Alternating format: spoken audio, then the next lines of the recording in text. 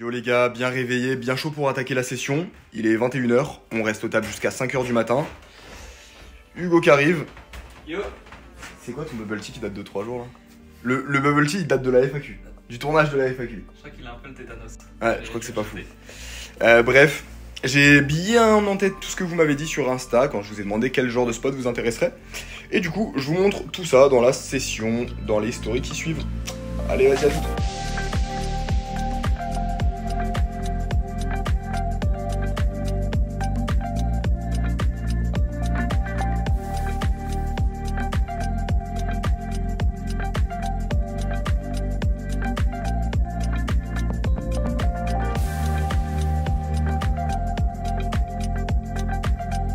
Bon, ça a mal commencé et déjà on m'a ramené sur une table d'Omaha, j'ai reçu 4 cartes, j'ai compris qu'il y avait un petit problème. D'ailleurs les gars, là on va atteindre les 6000 abonnés, à savoir que jusqu'aux 10 000 abonnés on va faire des vlogs à thème. Donc ça peut être des vlogs en Omaha, des vlogs en bon pote, vraiment des petites sessions fun, ça peut même être à la roulette, enfin bref, des trucs un peu pour s'amuser.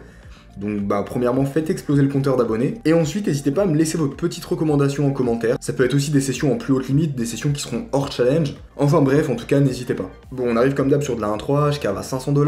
Je suis sur une table avec des joueurs assez inconnus. Étant donné que c'est des joueurs que je ne connais pas, c'est sûrement des joueurs récréatifs qui viennent pour s'amuser. Et donc je vais essayer de vite m'adapter et de vite comprendre les adaptations qu'il y a à faire. Au bout de quelques secondes à la table, j'ai une paire de valets en début de parole. Je relance à 20 $, le cut-off call. Et le joueur au bouton décide de relancer 60 $. Je call, le cut-off fold, et on se retrouve en heads up sur un flop dame 10-4 avec un tirage couleur. Je check, il décide de miser 40 $, ce qui représente vraiment beaucoup de faiblesse. En général, quand les mecs ils ont genre une paire d'as, une paire de rois, ils ont tendance à miser vraiment très cher parce qu'ils ont besoin de protection. Et donc ici, j'imagine vraiment très peu de main forte, ça va être important pour la suite. Je call, turn tombe le 5 de cœur qui fait rentrer la couleur, et on a un bloqueur sur la couleur. Donc ça pourra probablement être intéressant de transformer en bluff s'il continue à miser, étant donné qu'il ne peut pas avoir les combos comme As-Valet de cœur, Roi-Valet de cœur. Je check, et il décide de checker. River tombe un 5 de trèfle. Ici franchement, vu comment la line est jouée, je le mets très souvent sur As-Roi, et j'ai un intérêt à miser assez petit pour value justement tous ces As-Roi. Et là en fait il me vole mon tour de mise, c'est-à-dire que j'avais pas encore pris ma décision de checker, et il décide de miser. Il mise 50. Et ici pour moi il y a deux décisions possibles. Dans tous les cas je n'envisage pas le fold parce qu'il peut avoir des mains comme As-10 que je domine, il peut aussi avoir des bluffs avec As-Roi. Et il ne représente aucune main qui fait sens à part Dame-Valet, et forcément c'est une main que je bloque. Le problème que j'ai ici avec le call, c'est que quand je call je gagne 80% du temps je pense, ça va être un call qui est très rentable, mais ce qui m'embête avec le call c'est que s'il avait une couleur, il aurait misé à la turn ou alors il aurait misé plus cher à la river. S'il avait un full, ça aurait été pareil, il aurait misé plus cher à la river. Et donc sa mise, elle représente que des mains comme Dame-Valet, peut-être des Rois-Dames qui auraient misé pas cher au flop. Et même si ça représente peu de mains, et ben en fait, le call, je vais peut-être gagner 70% du temps. Par contre, quand je décide de transformer en bluff et que je fais tapis, je vais gagner vraiment 100% du temps parce que pour moi, il n'a aucune main qui le peut call. Et donc même si le call est très bon, pour moi, le fait de faire tapis et transformer en bluff est encore mieux. Dans le coup en question, j'ai décidé de call. Finalement, il retourne une paire de 8, on gagne. Ça change rien dans ce spot, mais sur le long terme, c'est le genre de décisions qui peuvent faire la différence. Bon, ce qui est cool, c'est que très vite, je prends bien le rythme à la table, je me rends compte que les joueurs sont assez passifs, et donc je me retrouve à voler pas mal de coups et à monter le stack doucement. Arrive un spot un peu compliqué où j'ai 5 et 7 suités en milieu de position. Normalement, c'est une main que je vais juste fold, mais étant donné que la table est assez passive, je décide de relancer 15 $. Bouton, small blind et la grosse blinde call, ce qui n'est pas trop dans leur habitude de call très large préflop. Et on se retrouve à 4 sur un flop Roi 3-3.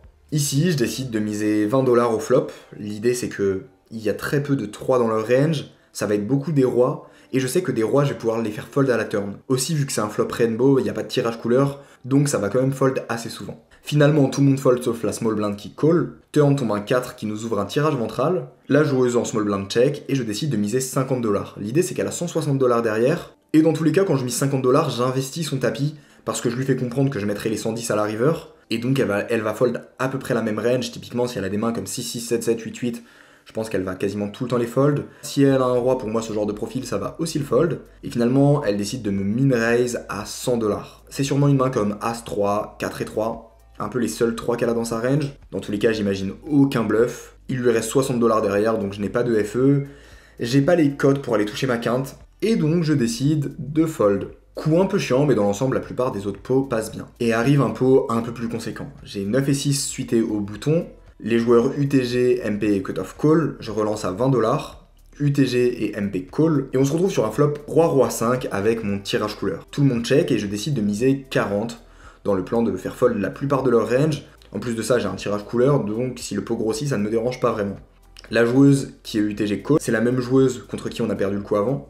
On se retrouve en heads up sur la turn qui est un 3 qui rentre notre couleur. C'est vraiment magnifique, elle check. Je décide de miser 70$. J'ai vraiment envie de me faire payer par les mains comme 7-7, 9-9, 10-10 qui ont un tirage couleur, aussi les paires de 5 avec un tirage couleur. Elle call, river tombe un 7, et là elle décide de reprendre l'initiative et miser 100$. Très souvent, c'est un roi assez faible qui essaie de bloquer l'action. Il lui reste seulement 150$ derrière, et donc forcément je décide de faire tapis. Elle réfléchit un long moment, très long moment, et puis finalement décide de fold. Ça veut sûrement dire qu'elle fold un roi. C'est quand même assez solide de sa part, mais comme je vous disais, c'est des joueurs assez serrés à la table, et ça fait plaisir parce que ça se grind assez bien. On est vraiment sur une table qui est très très calme, la plupart des pots je les vole pré-flop. Ce qui est dommage c'est que c'est plus difficile de jouer des gros pots, mais on grind tranquillement et on est up de 350$ sur la session.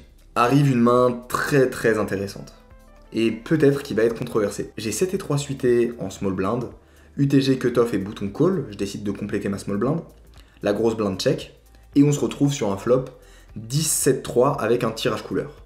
On touche double paire, c'est vraiment génial, et c'est un board qui est assez dynamique avec beaucoup de tirages, donc j'ai vraiment besoin de protection. De ce fait, je décide de reprendre l'initiative et miser 20$. Le joueur en grosse blind fold, et le joueur qui est UTG décide de relancer 70$. C'est un joueur assez sérieux, ça fait vraiment peur quand il relance 70 comme ça, il sait que je suis aussi un joueur qui est quand même assez sérieux. Quand je mise contre plein de joueurs, il sait que j'ai une range qui est très forte, et donc quand il me relance 70, pour moi, il n'y a aucune main que je bats. Typiquement, il irait jamais faire ça avec une main comme As-10, Roi-10. Il irait faire ça que avec des doubles paires, et sur ce flop, il a aucune double paire que je bats. Cependant, il peut quand même faire ça avec des tirages. Je décide de call, même si encore une fois, pour moi, le fold dès le flop peut être une option qui est envisageable. Je pense que c'est assez close entre les deux décisions. Je call et on se retrouve en heads up sur la turn qui est un 4 qui ouvre un double tirage couleur. Je check et il mise 135$. Et il lui reste 250$ derrière. Ici, s'il a une main comme par exemple Roi 9 suité, qu'il aurait décidé de relancer au flop avec son tirage couleur, il ne va jamais miser 135 et investir tout son tapis, sachant que c'est un flop où moi j'ai beaucoup de mains fortes et où je peux souvent le relancer à tapis. Et pour moi, s'il a un tirage couleur assez faible, il va juste checker et réaliser sa carte gratuite, et aller chercher la river. Et donc ici, j'imagine pas de bluff, j'imagine pas de tirage couleur en bluff, peut-être des mains comme 8 et 9 plus tirage couleur, mais très souvent c'est 7-7, 3-3, 10 et 7, 10-10. En plus de ça, il y a les 5 et 6 qui sont rentrés. Bref, ça peut paraître très nid. Je sais que j'ai fait un sondage sur Insta et la plupart d'entre vous étaient surpris du fold. Mais je vous assure, c'est vraiment un fold obligatoire ici. On gagne quasiment jamais quand on call. En plus de ça, il lui restera 250 derrière. Donc ici, si on imagine qu'il a des bluffs et qu'il a des tirages en bluff, bah faut refaire tapis par-dessus. Et voilà, enfin pour moi, on est juste beaucoup trop souvent derrière. J'arrive pas à imaginer un seul bluff. Comme je l'ai dit, s'il a un tirage, il va réaliser son équité gratuitement, il va pas risquer tout son stack, et donc après quand même un petit moment de réflexion, je décide de fold. N'hésitez pas à me dire ce que vous en pensez dans les commentaires, toujours en étant constructif bien sûr. Bon voilà, fold un peu difficile, mais très important à faire, et qui est capital pour le win rate, parce que vraiment, économiser 400$ par-ci, 400$ par-là, ça va très très vite. Main suivante, j'ai 10 et 7 suités en milieu de position. Ici, je décide de limp. Le plan, c'est qu'il y a un joueur au cutoff qui est assez actif, et qui a des gros sizing tails sur ses relances, c'est-à-dire qu'il va relancer 15$ avec des mains faibles, 10$ avec des mains faibles, et 25$ avec des mains fortes. Donc le plan c'est de limp pour qu'il relance, que les autres call, et que je puisse sur-relancer en bluff. Finalement le cutoff fold, et c'est le joueur au bouton qui décide de relancer à 10. Tout le monde fold jusqu'à moi, et je connais pas trop le joueur, mais en général une relance de 10 ça représente plutôt de la faiblesse. Et donc je relance à 50$ dans le plan de mettre de la pression sur la plupart des flops. Il décide de call, et tombe un flop As-17 avec un tirage couleur. On touche une double paire, on a vraiment bien chaté le flop. Étant donné qu'il a seulement 250$ derrière, je décide de miser 60 pour vraiment l'investir au max avec toutes ses mains faites. Il décide de faire tapis de lui-même pour 250$. Je call et on gagne le coup. Après ça, un petit changement de place. Je vais dans les places juste devant le croupier parce que c'est vraiment des meilleures places pour filmer, pour vous montrer les boards. D'ailleurs les gars, si vous kiffez le contenu, n'hésitez pas à vous abonner et à lâcher un like. Vraiment, c'est pas mal de charbon pour regarder cette fréquence de 4 vidéos par semaine. Alors un petit abonnement, c'est le plus beau des cadeaux, surtout que je sais qu'il y a 70% d'entre vous qui ne sont pas abonnés à la chaîne. Donc vraiment faites-le, ça fait méga plaisir les frérots. Et juste après ce changement de place, je découvre une petite paire de neufs en milieu de position. Je relance à 20$, le joueur au cutoff décide de call, et le joueur en grosse blinde décide de relancer à 80$. Bon, ça représente souvent une main comme As, Roi, Roi, Dame, Dame, mais on a 800 derrière, et je sais que si je call et que je touche un 9, je vais souvent pouvoir tout lui prendre. Je call, le cutoff call, et on se retrouve à 3 sur un flop Valet Valet 10. Le joueur en grosse blinde décide de miser 75$, pour moi bah voilà, c'est toujours une main comme As, Roi, Roi, Dame, Dame, donc avec paire de 9 j'ai toujours un fold, mais j'ai une petite envie, c'est de transformer en bluff. Typiquement de relancer 150, 200, ensuite de mettre 300, puis tapis. Le seul souci que j'ai ici, c'est que je ne connais pas assez le joueur en face, et j'ai peur qu'il ne veuille pas fold avec As, Roi, Roi. En plus de ça, il y a encore un joueur à parler derrière, donc si j'avais un peu plus d'informations sur les profils, j'aurais pris le bluff, mais là je décide juste d'abandonner, et finalement le joueur au cutoff fold, et il récupère le coup. Ensuite arrive un spot intéressant, je suis curieux de savoir ce que vous auriez fait. J'ai Roi Dame en grosse blinde, le joueur UTG limp, le cutoff décide de relancer à 15$, le bouton call, je call, et UTG qui avait décidé de limp décide de call. On se retrouve à 4 sur un flop Roi Valet 10, plutôt sympa. Je décide de check, et tout le monde check. Turn tombe à 9, on touche quinte. Ici je vais miser en value, maintenant il y a la question du sizing. C'est un board où il n'y a pas de tirage couleur, donc j'ai pas vraiment d'intérêt à miser trop cher, sinon ils vont juste tout fold sauf une dame, et j'ai vraiment de l'intérêt à miser pas trop cher pour me faire payer par des doubles paires, et des mains que je domine énormément.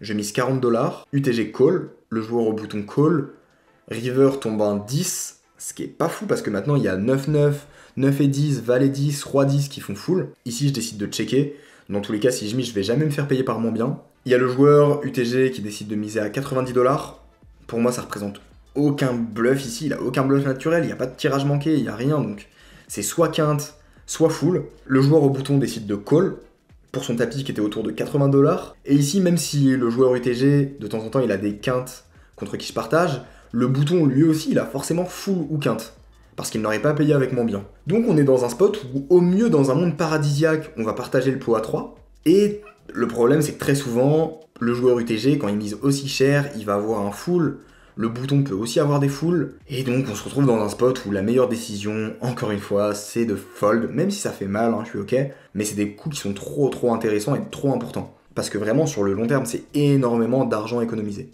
Je décide de fold, et le joueur UTG retourne 10 et 9, et quant à l'autre, il avait une dame. Donc on économise 90$ sur ce coup, ça fait plaisir. Et puis s'ensuit une période sans pot vraiment intéressant. On n'a pas beaucoup de cartes, on a des petits pots qu'on bluffe qu'on gagne, des petits pots qu'on bluffe qu'on perd, vraiment rien de fou. En plus de ça, la table est assez passive, il n'y a pas trop d'action. Et après 2 heures un peu ennuyantes, il y a ma table qui casse, et donc je rejoins celle du go. Changement de table, et il nous reste 30 minutes de session. Je suis un peu saoulé, parce qu'avec la session précédente où on a perdu 1200$, d'ailleurs je vous invite à aller la voir après celle-là si c'est pas déjà fait, j'aurais kiffé vraiment faire une belle session pour remonter tout ça. Enfin bref, go à l'autre table. Je viens d'arriver à la table du go, il me reste 30 minutes pour grind. On n'a pas fait de gros pots ce soir, donc on espère un petit chatage et un petit gros pot comme il faut quoi. Allez, c'est parti. Et direct quand j'arrive, j'ai un spot de ouf, j'ai As-9 UT en début de parole, je relance à 15$, MP et cutoff call, on se retrouve à 3 sur un flop 5-4-3, monocolore, et j'ai une flush max flopée, je décide de miser 35$ en value, le joueur en milieu de position fold, le joueur au cutoff décide de me relancer à 70$, ce qui fait trop plaisir, il lui reste 250$ derrière, et donc je décide de faire tapis directement parce qu'il y a trop de turns qui vont tuer l'action. Typiquement s'il a une main comme 5-5, 4-4, si je fais tapis, il va tout mettre au milieu direct. Par contre, si turn, il y a genre un roi de cœur, bah ça peut vraiment lui faire peur et tuer l'action. Pareil s'il a des mains comme 8 et 9 de cœur, par exemple. Enfin bref, je fais tapis directement, il call, turn tombe un 6 de cœur, river un roi de pique. Évidemment, notre main tient, et ce spot, il nous remet bien up sur la session. Et à peine 2 minutes plus tard, j'ai dame 10 dépareillé au cutoff. Le joueur UTG décide de call. Je relance 30$ parce que la table elle est bien chaude et je sais que je vais pas mal me faire payer et que je vais bien pouvoir manœuvrer parce que les joueurs sont tous assez faibles, sans critique évidemment. C'est vrai que j'ai des commentaires des fois qui trouvent ça un peu malveillant de dire que les adversaires sont pas très bons. C'est juste assez objectif en fait et c'est pas du tout une critique. De la même manière que si moi je vais dans un domaine que j'ai pas bossé, bah forcément je serai beaucoup moins bon que la plupart des autres joueurs et c'est juste que c'est des joueurs plus débutants, rien de mal à ça quoi. Enfin bref, petite parenthèse, je trouvais que c'était important. Donc comme je vous le disais, je relance 30$. Le bouton call, la grosse blinde call et le joueur UTG qui avait limp décide de call. On se retrouve à 4 sur un flop valet 8-3 monocolore. Et j'ai le 10 de cœur plus un tirage quinte ventral. Tout le monde check, le joueur au bouton décide de miser 65$, tout le monde fold jusqu'à moi, et étant donné que j'ai un tirage quinte et un tirage couleur qui sera quand même souvent ok, je décide de call. Turn tombe un roi, je check, il décide de check back. River tombe un 9, je touche quinte et je pense que j'ai toujours la meilleure, parce que s'il avait une couleur, il l'aurait misé à la turn à mon avis. Je décide de miser 250$ vraiment pour value toutes les doubles paires. Il lui reste 310 au total, et je trouve que je représente beaucoup plus de faiblesse en misant 250 plutôt qu'en faisant tapis. Ça représente un peu plus le mec qui essaie de bluffer, pour un peu moins cher. Et là il me relance à tapis, c'est 60$ qui restent, donc pour 310$ au total. Évidemment je peux pas fold, mais d'un autre côté j'imagine pas vraiment de main que je bats. Finalement, étant donné qu'il me reste 60$ à mettre dans un pot énorme, je décide de call. Et il me retourne valet 9, il a touché une double paire à la river et il a estimé ça assez bon pour faire tapis. Je suis pas trop ok avec lui, parce que je peux jouer vraiment beaucoup de mains très fortes comme ça. Et on finit la session là-dessus. Donc je monte une tonne sur ces deux derniers spots, la session a été assez longue, on a bien été récompensé de la patience avec ces deux coups de fou sur cette dernière table en 30 minutes. Bref, on finit la session sur un profit de 1228$, ça fait vraiment beaucoup plaisir. Les gars, j'espère que la session vous a plu, on se retrouve très vite pour de nouvelles aventures, et je vous laisse avec mon ressenti à chaud sur la session. Ciao. Ok, du coup on est up de 1228$. Ce qui est assez bien, c'est que c'était une session qui avait quand même mal commencé globalement. Elle était agréable à jouer, mais pas mal card dead. Et genre en 30 minutes, les gros pots sont arrivés. Dès que je vais à la table de ce mec, je chatte en fait. Dès qu'il vient prendre tous Viens mes là, spots. sinon il me dirait, vous regardez. Dès que je viens à la table de ce Mec, tu mec, prends tous mes spots, t'es un bâtard. Il arrive, chatte. il dépouille tous les fiches de la table. je chatte sur ta table. On va jouer ensemble plus souvent. Non, c'est mort. Bref, ouais, non, bien chaté sur la fin. On était à plus 500, on a fait 600, 700, 800 même. J'ai eu des petits pots plus deux gros pots. Donc voilà, régalado. Écoutez, j'espère que vous avez kiffé. On se retrouve très bientôt pour la suite de l'aventure. On va continuer à défoncer un peu de 1-3 avant d'aller en plus haute limite. C'est parti. Petite fin de session, merci à Hugo pour nous avoir offert sa table et pour avoir chaté sur sa table en toute impunité devant lui. Bref, session plutôt cool, plutôt fun. En plus c'est cool, on croise pas mal de FR donc ça fait plaisir. Ouais. Donc, voilà, ça fait plaisir.